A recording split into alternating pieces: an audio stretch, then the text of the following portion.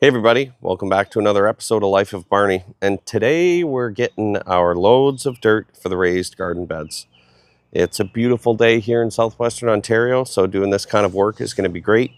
In the old house we had a couple 4x8 garden beds, and in this one, just because the orientation of the backyard, we're doing some skinnier raised garden beds. I'll show them to you in a little bit. I just got them assembled this week, but they're 3 feet wide by 10 feet long, or 10 feet wide by 3 feet long, depending on which way the wind's blowing. Anyway, dirt's going to be here momentarily. The problem is I have no way of getting the dirt from the front lawn into the back lawn because my good old trusty wheelbarrow has a completely flat and demolished tire. So the project of today is get that wheelbarrow replaced. Is it worth it? Maybe I should just buy a new one. I don't know how much a new wheelbarrow costs, but we're about to find out today. Stick around. Roll the intro.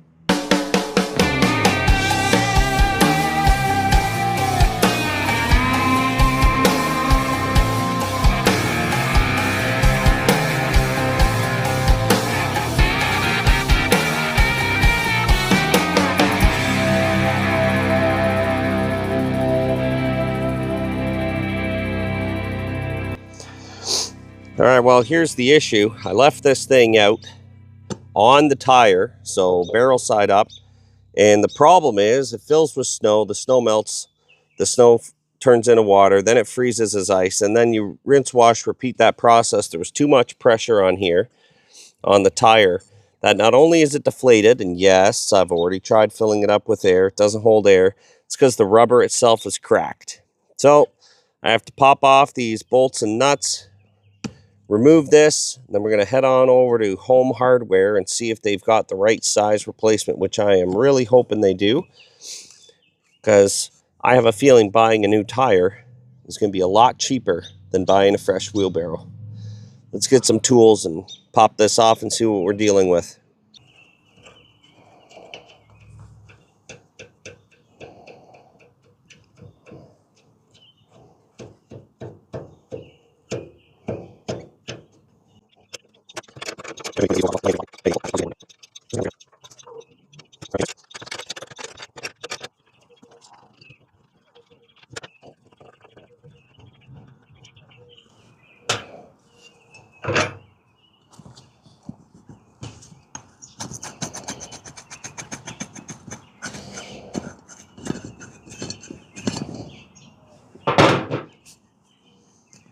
Well, what I find interesting is I've never done this before, so I wasn't exactly sure how the axle stays on the wheel here. There we go. Good. All right, drop that washer somewhere. There we go. 2 washers. I'll get those wiped off before I put a fresh wheel on, assuming we can find one. And we'll get this guy cleaned up. Got some old grease on it. Get that cleaned up before the new wheel goes over the axle as well. All right. Hey, we're off to a fresh start. We're off to a good start. Hopefully the rest of the project works out that way. I'll see you guys in a little bit. We'll be right back. I've put a little WD-40 on here. I don't know if that's quite the right thing. Maybe there's a better product for that, but come on in here. Let's see if I can just wipe this old grease off with a shop towel and some WD-40.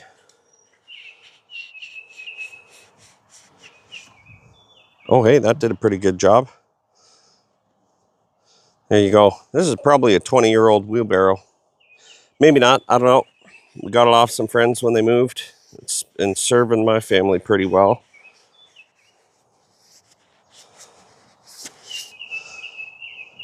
Not bad. Spray a little more on, let that sit. Let's see how it cleans up the washers. I already sprayed these. You can see they're kind of nasty.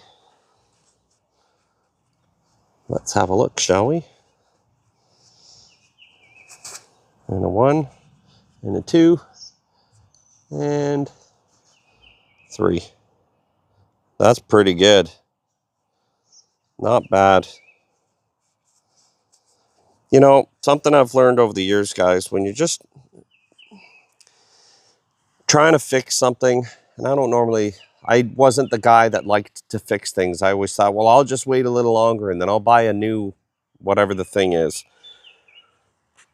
Sometimes, yes, if something's just totally destroyed. But something like this, just fixing a tire on a wheelbarrow, I'm assuming tires aren't that expensive. We're going to find out when we get to the store. But if you're already taking the thing apart, you may as well take the extra, 10 minutes? Just see if you can make it a little bit nicer for when you put it all back together. Look at this. Come here, watch this, guys. Just a quick squirt. And watch this. All that gunk comes off. So for all I know, this is going to help the new wheel spin that much more nicely. Then the experience of doing yard chores and having to use the wheelbarrow will be that much nicer. Look at that. There you go, that's better.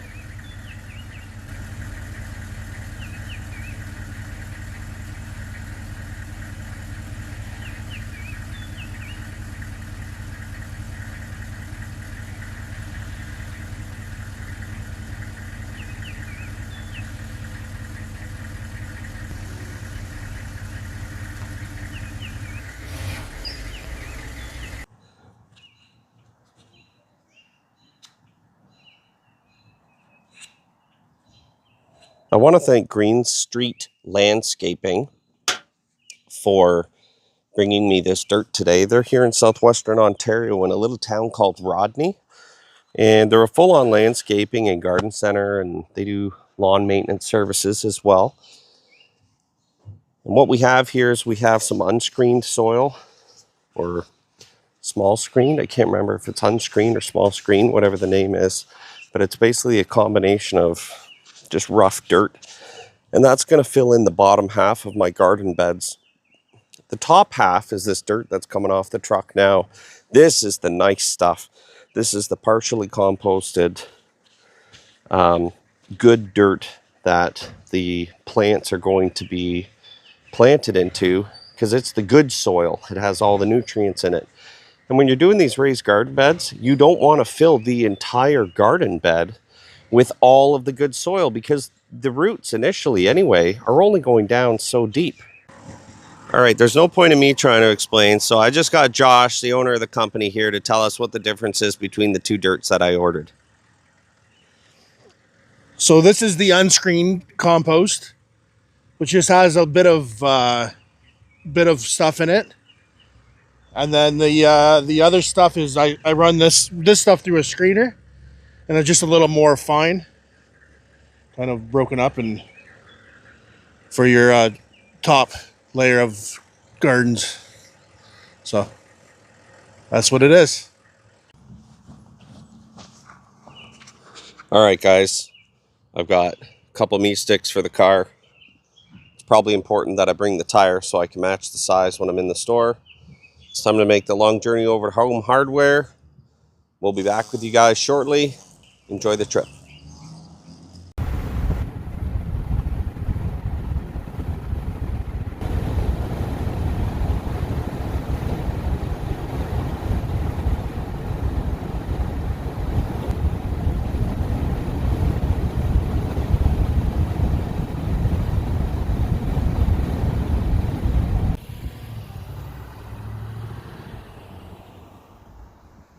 Here we are, we're at Home Hardware. Here's all the wheelbarrows. Just checking some prices. This one's 150 bucks. This looks like a big guy, but I don't see a price on some of these. Isn't that usually a bad sign?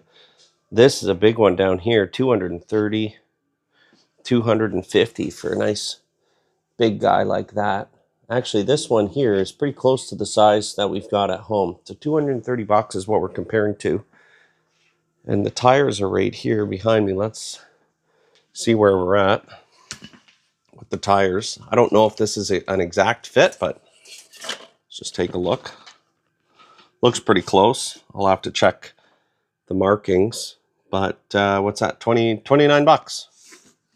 29 bucks or 250 bucks.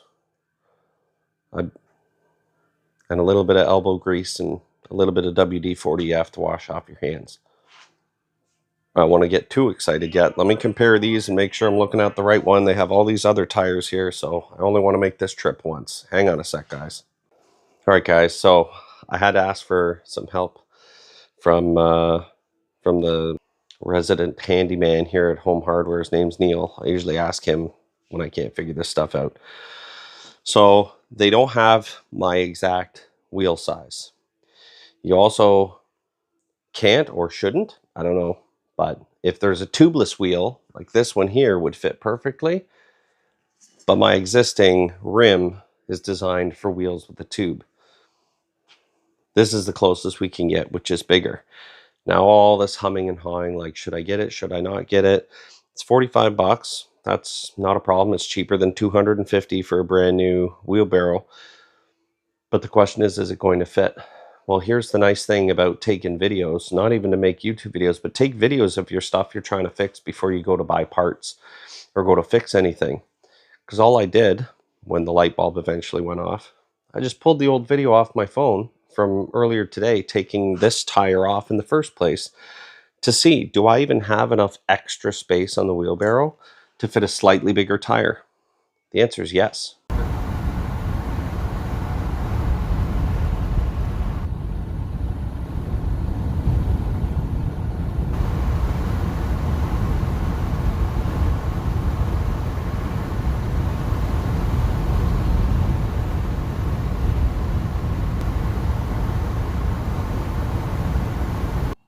We are back from Home Hardware, and just as I suspected, the wheel is going to fit, but I need to take this nut and the one on the other side off and just rotate this metal bracket so it's along the front here.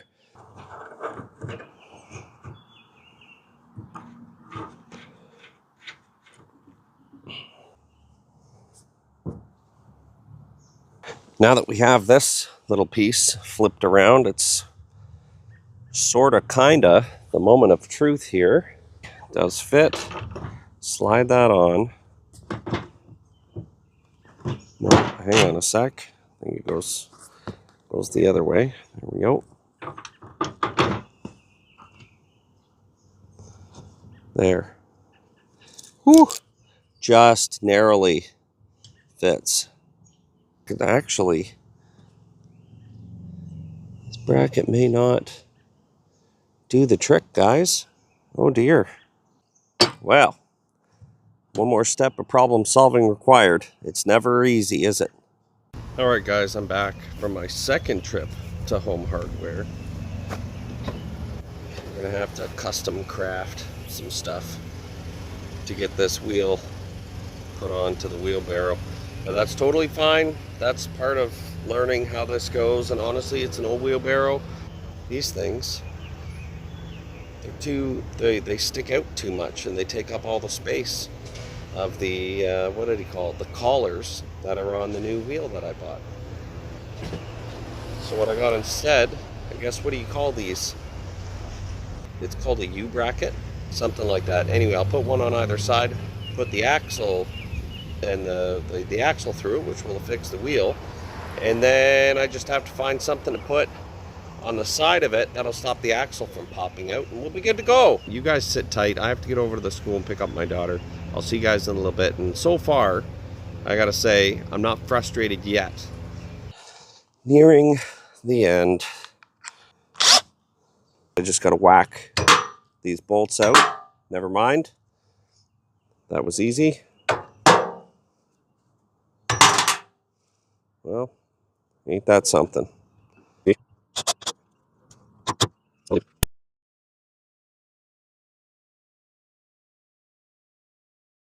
How are you going to keep the axle from falling out? And that's a conversation I had in the store with the guy. Simple. I just have to take one of these screws and half screw it in on either side, and it'll stop the axle from sliding off. Tap that through and bring it through on the other side. All right, guys, not bad.